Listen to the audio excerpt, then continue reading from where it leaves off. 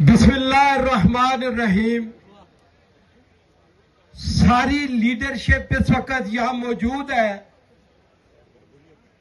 मुल्क इस वक्त जंग की हालत में है। जंग शुरू हो चुकी है, लेकिन असल जंग आपने देख लिया ना। तमाम लीडरान को मैं कहता हूं, शौकत बसरा साहब, बैरिस्टर साहब, मैं आपकी तवज्जो चाहता हूं। मेरा दिल फट रहा है। आप लोगों के लिए तो मामूली बात है। 200 से ज्यादा गुंडे, पुलिस वाले सारी रात हमारे गांव को घेरे में लेके करोड़ों रुपए की हमारी फसलों को बर्बाद तबाह कर दिया। ये है जुल्म। और आप लोग कहते हैं कि जी कोई मसलियत कर ले, कोई रास्ता निकाले। रास्ता निकलेगा अगर ये लोग, जो सब लोग कारकुन यहां आए हैं, आप सब लोग लाखों हजारों लोगों के नुमाइंदा हैं। ये कारकुनों की आवाज होगी तो खान बाहर आएगा। मैं कोई फजूल बात करने का आदी नहीं। पूरा पाकिस्तान मुझे जानता है। पूरे पाकिस्तान का रिकॉर्ड चेक करने में वायदा पहले था।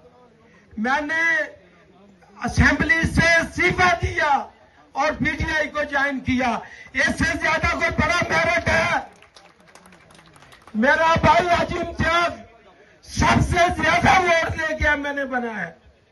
जितना जुल्म जिस कैद खाने से वो बाहर आया है, अल्लाह की कसम, जुमे का दिन है, एक बंदा भी प्रेस कॉन्फ्रेंस के बगैर बाहर नहीं आया उधर से।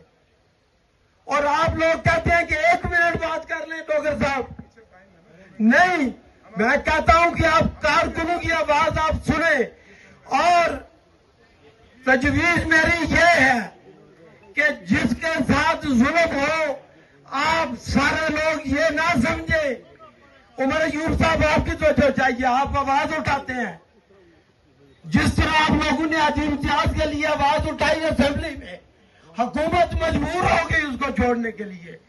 आज भी आप सब लोग आवाज उठाएंगे तो जिसके साथ जुल्म हो रहा है वो बाहर आ जाएगा। तजवीज ये है।